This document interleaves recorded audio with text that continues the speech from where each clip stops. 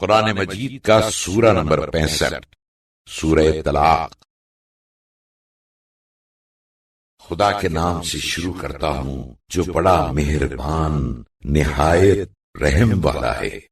اے رسول صلی اللہ علیہ وآلہ وسلم، مسلمانوں سے کہہ دو کہ جب تم اپنی بیویوں کو طلاق دو تو ان کی عدت پاکی کے وقت طلاق دو اور عدے کا شمار رکھو، اور اپنے پروردگار خدا سے ڈرو، اور عدے کے اندر ان کے گھر سے انہیں نہ نکالو، اور وہ خود بھی گھر سے نہ نکلیں مگر جب وہ کوئی صریحی بے حیائی کا کام کر بیٹھیں تو نکال دینے میں مضائقہ نہیں، اور یہ خدا کی مقرر کی ہوئی حدیں ہیں، اور جو خدا کی حدوں سے تجاوز کرے گا تو اس نے اپنے اوپر آپ ظلم کیا۔ تو نہیں جانتا شاید خدا اس کے بعد کوئی بات پیدا کرے جس سے مرد پچھتائے اور میل ہو جائے۔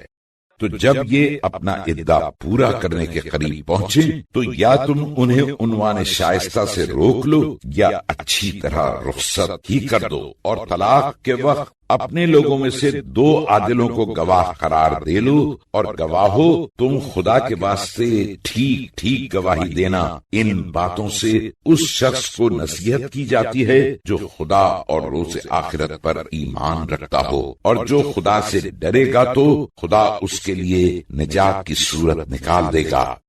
اور اس کو ایسی جگہ سے رزق دے گا جہاں سے وہم بھی نہ ہو، اور جس نے خدا پر بھروسہ کیا تو وہ اس کے لیے کافی ہے۔ بے شک خدا اپنے کام کو پورا کر کے رہتا ہے، خدا نے ہر چیز کا ایک اندازہ مقرر کر رکھا ہے۔ اور جو عورتیں حیض سے مایوس ہو چکی، اگر تم کو ان کے عدے میں شک ہو تو ان کا عدہ 3 مہینے ہے، اور علی حاصل قیاس وہ عورتیں جن کو حیض ہوا ہی نہیں، اور حاملہ عورتوں کا عدہ ان کا بچہ جننا ہے۔ اور جو خدا سے ڈرتا ہے خدا اس کے کام میں سہولت پیدا کرے گا۔ یہ خدا کا حکم ہے جو خدا نے تم پر نازل کیا ہے، اور جو خدا سے ڈرتا رہے گا تو وہ اس کے گناہ اس سے دور کر دے گا اور اسے بڑا درجہ دے گا۔ مطلقہ عورتوں کو عدے تک اپنے مقدور مطابق وہیں رکھو جہاں تم خود رہتے ہو، اور ان کو تنگ کرنے کے لیے ان کو تکلیف نہ پہنچاؤ، اور اگر وہ حاملہ ہوں تو بچہ جننے تک ان کا خرچ دیتے رہو۔ پھر جننے کے بعد اگر وہ بچے کو تمہاری خاطر سے دودھ پلائیں تو انہیں ان کی مناسب اجرت دے دو، اور باہم صلاحیت سے دستور کے مطابق بات چیت کرو، اور اگر تم باہم کشمکش کرو تو بچے کو اس کے باپ کی خاطر سے کوئی اور عورت دودھ پلا دے گی۔ گنجائش والے کو اپنی گنجائش کے مطابق خرچ کرنا چاہیے، اور جس کی روزی تنگ ہو وہ جتنا خدا نے اسے دیا ہے اس میں سے خرچ کرے۔ خدا نے جس کو جتنا دیا ہے بس اسی کے مطابق تکلیف دیا کرتا ہے۔ خدا ان قریب ہی تنگی کے بعد فراخی عطا کرے گا۔ اور بہت سی بستیوں والے نے اپنے پروردگار اور اس کے رسولوں کے حکم سے سرکشی کی تو ہم نے ان کا بڑی سختی سے حساب لیا اور انہیں برے عذاب کی سزا دی، تو انہوں نے اپنے کام کی سزا کا مزہ چکھ لیا اور ان کے کام کا انجام گھاٹا ہی تھا۔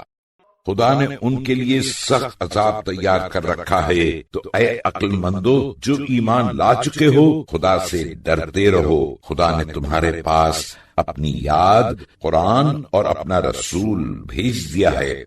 جو تمہارے سامنے واضح آیتیں پڑھتا ہے، تاکہ جو لوگ ایمان لائے اور اچھے اچھے کام کرتے رہے ان کو کفر کی تاریکیوں سے ایمان کی روشنی کی طرف نکال لائے، اور جو خدا پر ایمان لائے اور اچھے اچھے کام کرے تو خدا اس کو بہشت کے ان باغوں میں داخل کرے گا جن کے نیچے نہریں جاری ہیں، اور وہ اس میں ابد الآباد تک رہیں گے۔ خدا نے ان کو اچھی اچھی روزی دی ہے۔